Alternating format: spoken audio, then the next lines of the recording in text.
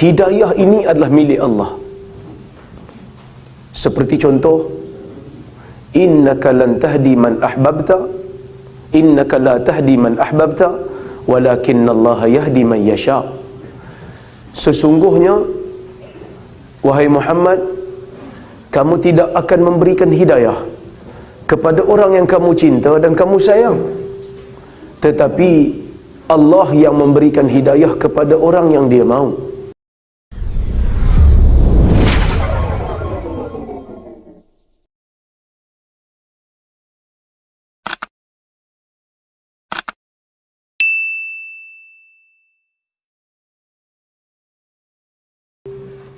Hidayah ini adalah milik Allah.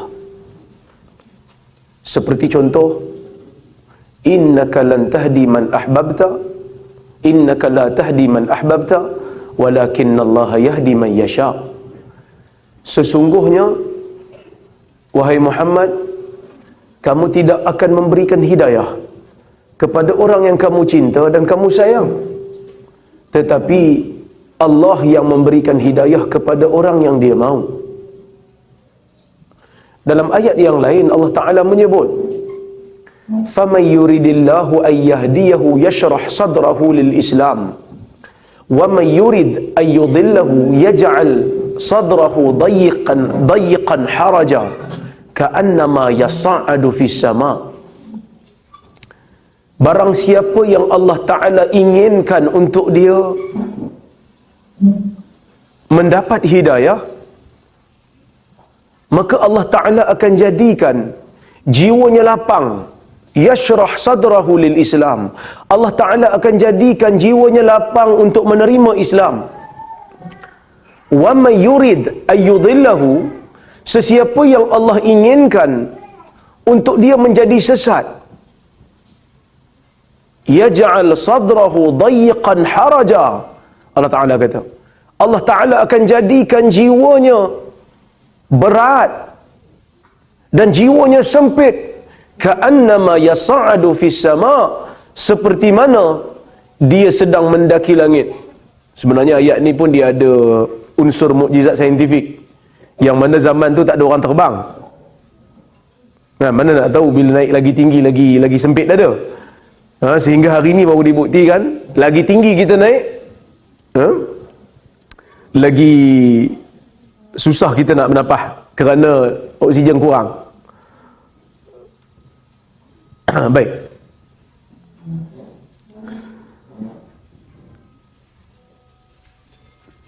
Ayat-ayat yang seperti ini telah menjadikan sebahagian orang menganggap bahawasanya hidayah ataupun tidak, seseorang itu terima hidayah ataupun tidak, semuanya dengan kehendak Allah. Maka muncul satu golongan yang dipanggil sebagai Jabariyah, yang mengatakan al-insan musayyar wala mukhayyar. Insan itu tak ada benda lain yang mereka buat, tak ada pilihan bagi mereka, mereka hanya menjalankan kehendak Allah. Tapi ada satu pula golongan, dia kata kalau Allah Ta'ala pilih semuanya untuk kita, bermakna Allah Ta'ala tidak adil. Mana boleh dia nak azab satu orang yang dia tak berikan hidayah, dan dia tak berikan petunjuk, sedangkan orang tu mungkin boleh terima hidayah kalau dia bagi. Maka muncul satu golongan yang dipanggil sebagai Qadariyah. Golongan Qadariyah dia mengatakan insan mukhayyar, insan diberi pilihan oleh Allah dengan mutlak, tak ada langsung ketentuan Allah, tak ada langsung kehendak Allah yang memaksa kita, semua kita pilih. Ni golongan Qadariyah. Tapi istimewanya ahli sunnah, kita sebagai ahli sunnah, istimewanya ahli sunnah, kita tak memahami dalil secara berasingan daripada dalil yang lain. Kita membaca ayat Al-Quran, kita membaca hadis dan kita buat kesimpulan daripada keseluruhan dalil-dalil yang ada di dalam bab. Kita tak tengok satu ayat Quran lepas tu kita buat kesimpulan. Tak boleh. Kena tengok keseluruhan. Kerana kalau kita baca satu dalil, tak tengok secara keseluruhan, kita akan salah faham. Yang ni yang menyebabkan sebahagian daripada golongan inti hadis menolak hadis. Kerana dia faham satu hadis bima'zil. Dia faham satu hadis terasing daripada hadis-hadis yang lain. Saya bagi contoh. Umpamanya, ada satu hadis Nabi kata, bila Dajjal itu keluar dalam Musnad Ahmad, bila Dajjal itu keluar, ramai pengikut Dajjal adalah daripada kalangan orang-orang Yahudi, daripada Asbahan, daripada Iran, dan juga wanita. Pengikut Dajjal yang paling ramai, Yahudi dan wanita. Jadi orang perempuan ni, terutamanya yang menggerakkan gerakan apa feminisme kan,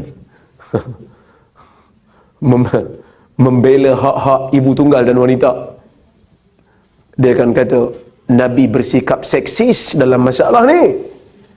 Nabi bersikap melebihkan gender lelaki, seolah-olah macam orang perempuan ni jahat sangat. Apa jahat sangat ya kami? Sampai nak ikut ramai-ramai ikut Dajjal. Sebenarnya kalau kita baca hadis itu secara berasingan, kita akan fahamnya tu.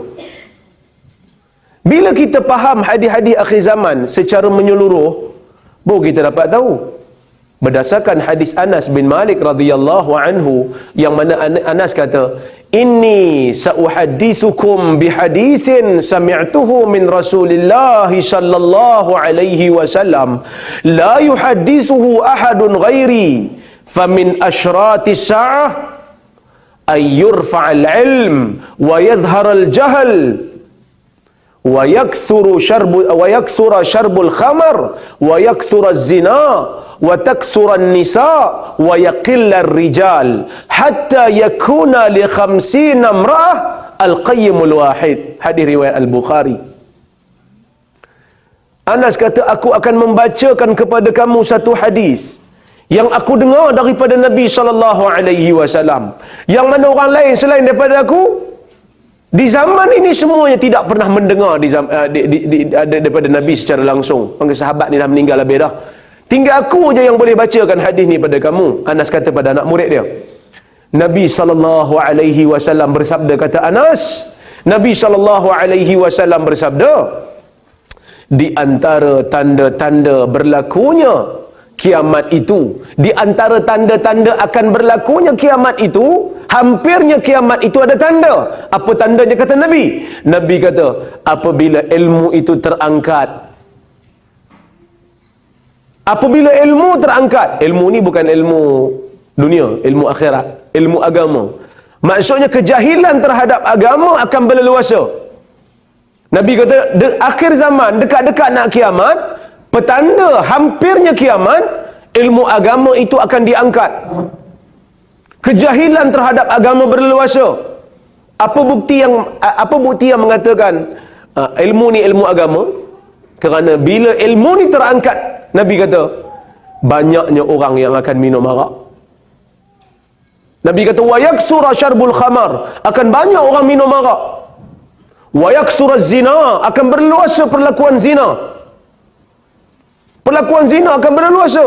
Sehingga kan ada satu hadis Nabi SAW kata, la taqumu sa'ah hatta tatasafadu tasafudal hamir. La taqumu sa'ah hatta tatasafadu fit tariq. Tidak akan berlaku kiamat melainkan apabila kamu semua ni, umat-umat ni akan berzina seperti mana berzinanya keldai.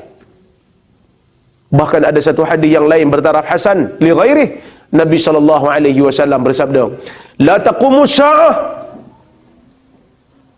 hatta yaquma ar-rajul ila imra'atin fayaftarishaha fit tariq. Tidak akan berlaku kiamat sehinggalah seorang lelaki berdiri di hadapan seorang perempuan dan dia berzina dengan perempuan itu di tengah-tengah jalan. Sahabat tanya, la yakunan ya Rasulullah, adakah perkara itu akan berlaku? Nabi kata, la yakunan, sungguh-sungguh akan berlaku. Kemudian Nabi kata, wa taksuran nisa, perempuan akan menjadi ramai. Wa yaqillar rijal, lelaki akan berkurangan. Hatta yakuna li 50 imra'atan al-qayyimul wahid, sehingga orang perempuan itu seramai 50 orang akan diuruskan oleh seorang lelaki. Maksudnya nisbah di akhir zaman nanti, seorang lelaki nak jaga 50 orang perempuan. Maksudnya orang perempuan ramai. Orang perempuan terlalu ramai. Bila orang perempuan ramai di akhir zaman, maka tak jadi isu lah kalau dia yang paling ramai ikut Dajjal. Kan dalam kelas, contohlah saya dekat UPSI kan, saya mengajar dekat Universiti Pendidikan. Universiti Pendidikan ni perempuan ramai sebab cikgu ni banyak orang perempuan yang minat jadi cikgu. Orang lelaki tak minat jadi cikgu. Orang lelaki minat jadi kameraman. Dia benda-benda yang bersifat teknikal lah orang lelaki ni. Nak mengajar ni tak apa suka. Jadi kelas saya tu, 4 kelas saya mengajar, lelaki tak lebih pada 10 orang. Perempuan ramai. Saya buat exam. Saya kata majoriti yang gagal dalam peperiksaan kali ini adalah pelajar perempuan.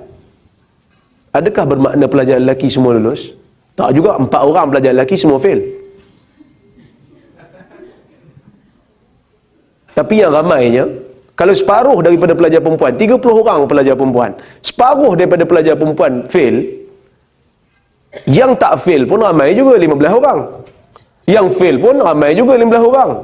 Tapi oleh kerana lelaki tu sikit, semua fail lelaki, baru 4 orang. Maka ini penting untuk kita memahami dalil. Jangan fahami dalil itu dengan aidin, kata orang Arab, qiraah aidin. Jangan faham dalil tu hanya satu, lepas tu buat kesimpulan. Ini sangat bahaya.